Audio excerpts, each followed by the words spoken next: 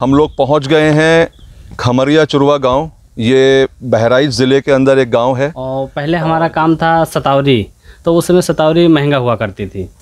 और अभी जो है इस समय 2-3 सालों से जो है रेट इसका डाउन चल रहा है। तो अभी सर्पगंधे पे ये 3 साल से सर्पगंधे पे काम चल रहा है।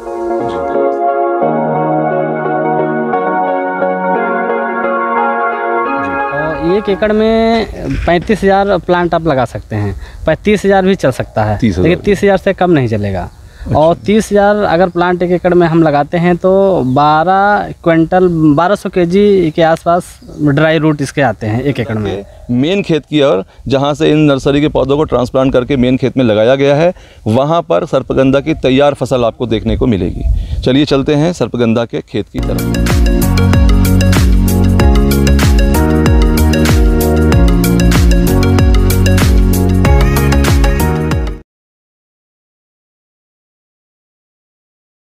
साथियों, हम लोग आ गए हैं छत्रपाल जी के साथ में सर्पगंधा के खेत में। बड़ा सुंदर सा नज़ारा है। आपको लग रहा होगा जैसे कोई ऑर्नामेंटल प्लांट्स लगे हुए हैं। आपने इमेजेस में तो ये देखी थी फसल, लेकिन यहाँ पर आपको देखिए पूरी तैयार फसल सर्पगंधा की दिखाई दे रही है।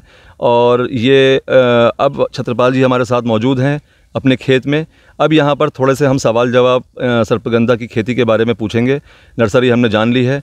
तो छत्रपाल जी, बहुत बहुत शुक्रिया। पहले मैं आपका फिर से एक बार धन्यवाद करता हूं कि आपने हमें इतना समय दिया और हमारे लिए आपने समय निकाला, हमारे किसान भाइयों के लिए समय निकाला, उनको जानकारी, अपने प्रैक्टिकल जानकारी बताने के लिए अपना एक्सपीरियंस साझा कर रहे हैं आप आज हमसे।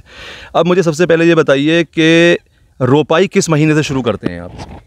Thank you sir. रोपाई ये जो है हम जुलाई से स्टार्ट कर सकते हैं। सबसे अच्छा जो है इसका समय होता है जुलाई फर्स्ट वीक में। अगर हम इसको लगा लेते हैं तो उसमें जो है हमारा सीड आ जाता है, तो फर्स्ट राउंड में हम इसमें सीड पा जाएंगे। और उसके बाद जुलाई, अगस्त, सितंबर, अक्टूबर तक इसकी जो है रोपाई होती है। मतलब अक्टूबर से पहले पहले हम इसकी रोपाई कर लें, ताकि जाड़ा आने से पहले पहले फसल मजबूती पकड़ ले ज़मीन के अंदर, क्योंकि जाड़े में पौधे की ग्रोथ रुक जाएगी। जी, यही कारण है। जी, यही कारण है। ठीक है। उधर पतझड़ होने लगता है ठंडी में। इसके अलावा अगर हम चाहें कि मार्च या फरवरी मार्च में अगर रोपाई करना चाहें तो कर सकते हैं क्या? मार्च में नहीं, इसको अप्रैल में कर सकते हैं, लेकिन अप्रैल में उधर आपको नर्सरी नहीं मिलेगी। नहीं तो मार्च में क्या दिक्कत है? मार्च में थोड़ा मौसम ठीक रहता है, अप्रैल में गर्मी शुरू हो जाती है, पानी ज़्यादा लगाना पड़ेगा। नहीं तो नर्सरी नहीं मिल पाएगी उस समय। पुरानी नर्सरी अगर कोई लगी हुई है, जैसे मान लीजिए आपने बताया कि हम इसका बीज जून तक लगा सकते हैं, तो जून में जो हमारी नर्सरी होगी वो करीबन जुलाई, अगस्त, सितंबर तक तैयार होगी। हाँ। और अक्टूबर, नवंबर, दिसंबर, जनवरी, फरवरी 5 महीने वैसे भी तकरीबन जाड़ा रहेगा, तो बहुत ग्रोथ होगा ना, थोड़ा पौधा डेवलप ही हो जाएगा ज़्यादा। तो वो नर्सरी अगर हम लगाना चाहें कि हम उसकी मार्च में रोपाई कर दें या फरवरी के आखिर में रोपाई कर दें तो कैसा रहेगा? हाँ, वो सीडलिंग वाला प्लांट हम लगा सकते हैं मार्च अप्रैल में। अच्छा जी। यानी कि अगर मेरा एक मतलब सवाल है, आप उस पर अगर सही हूँ मैं तो मुझे बता दीजिएगा। अगर हमारा किसान खुद बीज से नर्सरी लगाता है तो उसके लिए आसान है मार्च में रोपाई करना। जी, मार्च वाला सबसे बेटर रहेगा। ठीक है, क्योंकि जुलाई का जो पौधा लगा, क्योंकि 2 साल में तैयार होती है। जी, 2 साल में। तो जुलाई में जो या अगस्त में पौधा लगेगा वो 2 साल में जाके जुलाई अगस्त में ही कटेगा। जी, जुलाई अगस्त वो समय मुनासिब नहीं है कटाई के लिए। वो समय मुनासिब नहीं है। हम 2-3 महीने के लिए रुक जाएंगे और अक्टूबर से इसकी खुदाई कर सकते हैं। ठीक है जी। तो क्योंकि मैं समझता हूँ कि सतावर के मुकाबले में तो इसकी जड़ पानी को बर्दाश्त कर लेती है और सख्त होती है, तो क्या अक्टूबर नवंबर में अगर हम कटाई करके इसकी और जड़ को सुखा के रखते हैं कि हम आगे अच्छा रेट मिलने पर बेचें, तो क्या इसमें कोई बीमारी या फंगस लगने का डर रहता है?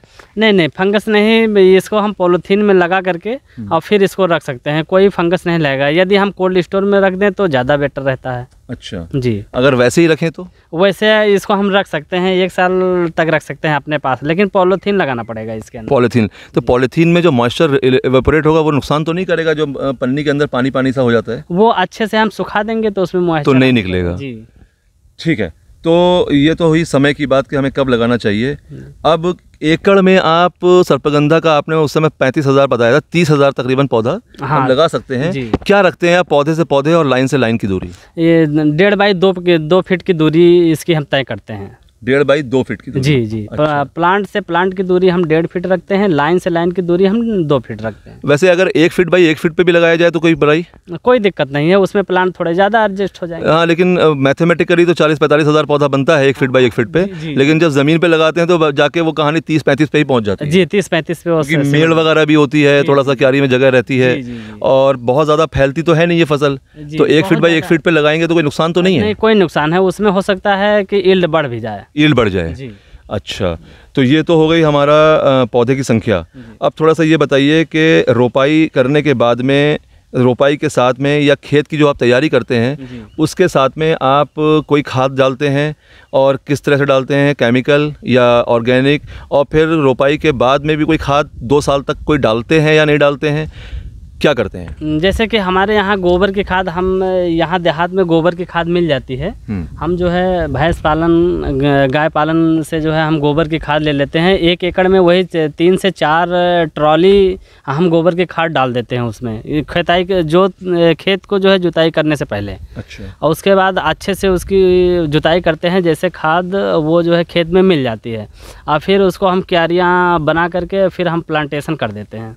जी, ज़्यादा हमको खाद की ज़रूरत नहीं पड़ती है। मतलब कम न्यूट्रिशन में भी इस पौधे का काम हो जाता है, धीरे धीरे ज़मीन से ही अपना न्यूट्रिशन लेता रहता है 2 साल तक। जी जी जी। अच्छा, और सिंचाई का क्या प्रबंधन रखते हैं आप?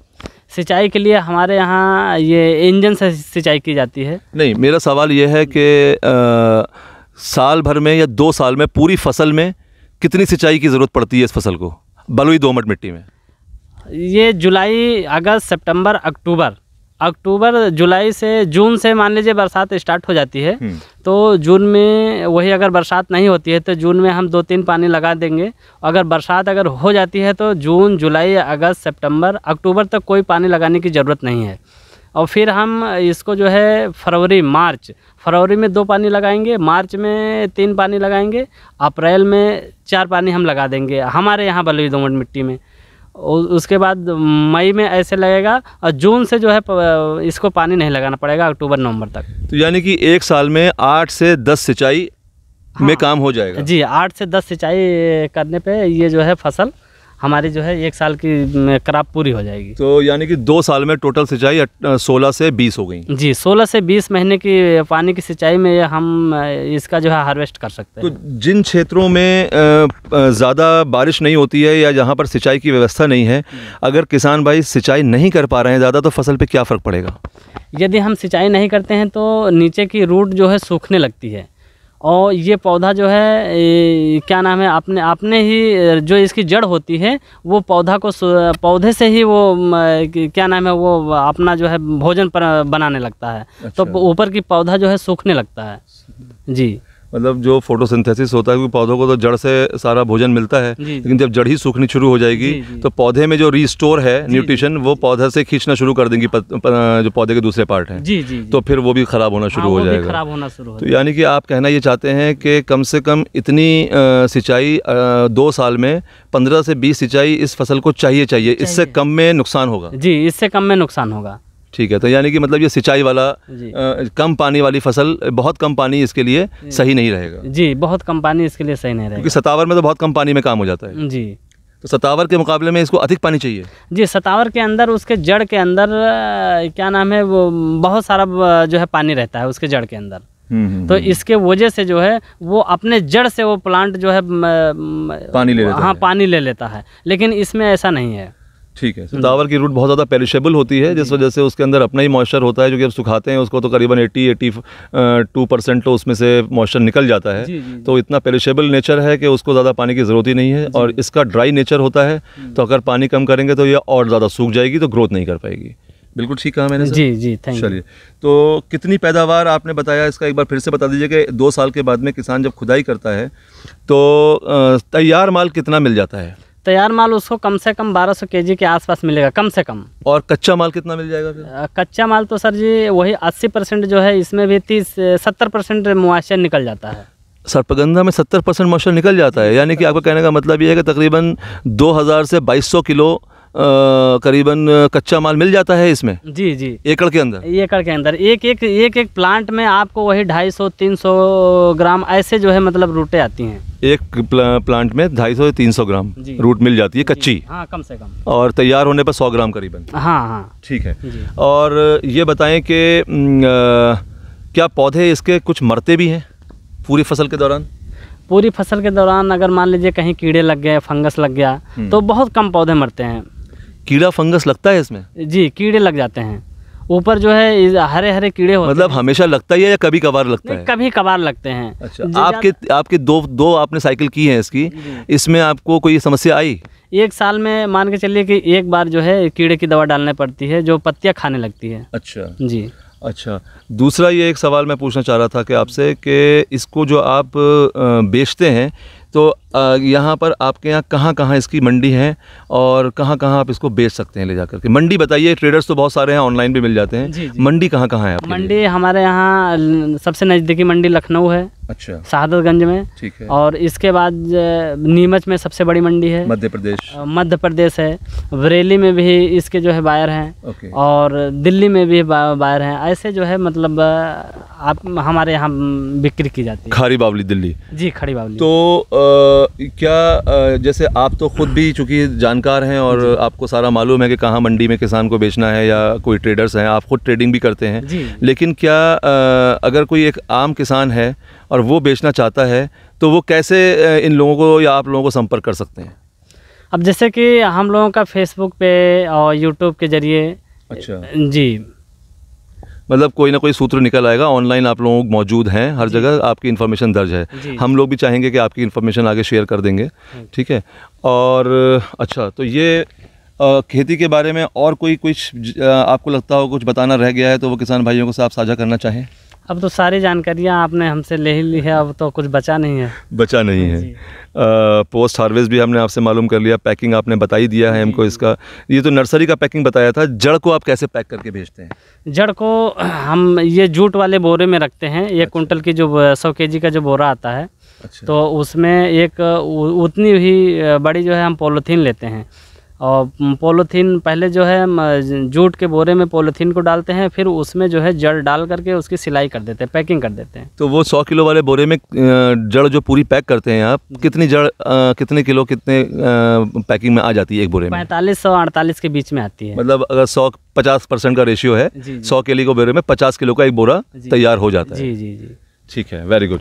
तो किसान भाइयों, मेरे ख्याल से बहुत ज़्यादा विस्तार से बता दिया है, वीडियो भी लंबा होता जा रहा है। छत्रपाल जी ने, हमारे छत्रपाल कुमार भाई ने नर्सरी के बारे में भी, और मेन खेत में जो सर्पगंधा की खेती की जाती है पूरे 2 साल, उसके बारे में भी, पूरी बुआई से लेकर के, यानी कह लीजिए कि नर्सरी से लेकर के नर्सरी की तैयारी तक, और फिर खेत में बुआई से लेकर के, रोपाई से लेकर के आपको पैकिंग तक की, यानी कि उसकी बिक्री के बारे में और उसके रेट के बारे में भी जानकारी दी थी। मैं चाहूँगा एक बार रेट थोड़ा और बता दीजिए कि आजकल सर्पगंधा का ड्राई रूट का रेट क्या चल रहा है इस समय? प्रेजेंट टाइम में 950 रुपये दिल्ली खड़ी बावली का रेट है। 950 रुपये प्रति किलो? प्रति किलो का। यानी कि अगर इस हिसाब से आप जो बता रहे हैं कि आराम से किसान को अगर पौधा भी खरीदता है, 5 रुपये का भी खरीदता है, तो 2 लाख रुपए तकरीबन खेती का खर्च आ जाएगा। जी जी, 1 एकड़ में 1.5 लाख का तो करीबन पौधा ही हो गया। जी, और बाकी खर्च 50,000 में काम हो जाएगा। हो जाएगा, उसमें ज़्यादा खर्च नहीं रहता। 2 लाख रुपए में आपकी सर्पगंधा की खेती तैयार होगी।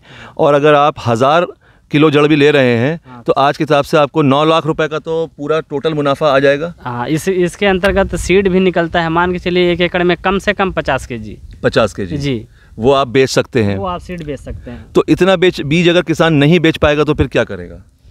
वो जो है इस समय इसका जो है इतना डिमांड है बीज का कि बीज कहीं मिल ही नहीं रहा जी। उसको बस ये है कि अपना साधन बनाना पड़ेगा कि कहाँ डिमांड है, वो डिमांड जनरेट करनी पड़ेगी किसान को। जी। तो यानी कि इसका मतलब 6 से 7 लाख रुपए किसान 2 साल में नेट मुनाफा आराम से कमा सकता है आजकल की तारीख में सर्पगंधा से। 1 एकड़ में आराम से कमा सकता है। तो इसका मतलब किसान भाइयों, सतावर के अगर देखा जाए तो उसके मुकाबले में अगर आपके पास ऑप्शन है तो ये थोड़ा मजबूत फसल है सतावर के मुकाबले में, और इसकी का मुनाफा भी जो है वो सतावर के मुकाबले में इस वक्त जो हमने पिछली बार वीडियो में देखा 2 से 3 गुना करीबन मुनाफा कम से कम आपको सतावर से ज़्यादा मिल रहा है इसमें। तो ये बहुत बहुत शुक्रिया आपका छत्र कुमार जी। मैं चाहता हूं, छत्रपाल भाई, सॉरी मैं माफ़ी चाहूँगा, थोड़ा नाम में मुझसे गलती हो गई। छत्रपाल जी ने हमें जितनी भी जानकारी दी है सर्पगंधा के बारे में, ये बहुत अमूल्य है। इसको ध्यान से सुनिए, याद कर लीजिए। ये जानकारियाँ आपको बहुत कम किसान भाई शेयर करते हैं। सारी बातें सच्चाई से आजकल की डेट में कोई नहीं बता रहा है। अगर आप सतावर, सर्पगंधा और भी फसलों की अगर आप खेती करना चाहते हैं तो मेरी आपसे गुजारिश है कि हमारे चैनल को अभी भी सब्सक्राइब कर लीजिए, क्योंकि हम आगे आने वाले समय में इससे भी अच्छी जानकारियाँ आपके पास लेकर आने जा रहे हैं। और हमारे इस वीडियो को अगर आपको अच्छा लगा हो तो इसे लाइक ज़रूर कीजिएगा। हमारे वीडियो को लाइक करने के साथ साथ अगर आप चाहते हैं कि इनको और बेहतर बनाया जा सकता है तो हमें सुझाव हमारे कमेंट बॉक्स में दे सकते हैं। आप मुझे ईमेल कर सकते हैं, मेरा ईमेल आईडी डिस्क्रिप्शन बॉक्स में और कमेंट बॉक्स में दोनों जगह दिया हुआ है, आप हमें ईमेल कर सकते हैं। लेकिन मेरी आपसे गुजारिश है कि चैनल को सब्सक्राइब भी करें, वीडियो को लाइक करने के साथ साथ ज़्यादा से ज़्यादा किसान भाइयों तक इस चैनल को पहुंचाएं, इन वीडियोस को पहुंचाएं, ताकि आपके साथ साथ दूसरे किसान भाई भी इसका फ़ायदा पहुंचा सकें। और जो एक जाल फैला हुआ है आज की डेट में, क्योंकि ये सूचना का युग है, जो जाल फैला हुआ है, गलत सूचना हमारे किसान भाइयों तक दी जा रही है फसलों के बारे में, क्योंकि इन फसलों के बारे में बहुत व्यापक जानकारियाँ अभी नहीं है मार्केट के अंदर। तो अगर आप चाहते हैं कि सभी किसान भाइयों को ये जानकारियाँ सही मिलें और हमारा भारतवर्ष सही जानकारी के बाद में हमारे भारतवर्ष के किसान सही जानकारी लेकर इन खेतों की सही से खेती कर सकें, किसी ट्रैप में ना आए, तो ज़्यादा से ज़्यादा हमें आगे बढ़ाने की कोशिश कीजिए और अपने किसान भाइयों को भी अपने साथ आगे बढ़ाइए, ताकि हम सब मिलकर आगे बढ़ सकें। तो आप लोगों का बहुत बहुत शुक्रिया। आज के लिए बस इतना ही, बहुत लंबा वीडियो हो गया है। अब मैं आपसे इजाज़त चाहूँगा, छत्रपाल जी से भी मैं इजाज़त चाहूँगा। जल्दी ही मिलेंगे एक नई क्रॉप, एक नई फसल और एक नई किसान भाई के साथ जो उस खेती को करते हों। तब तक के लिए अलविदा। जय हिंद, जय भारत।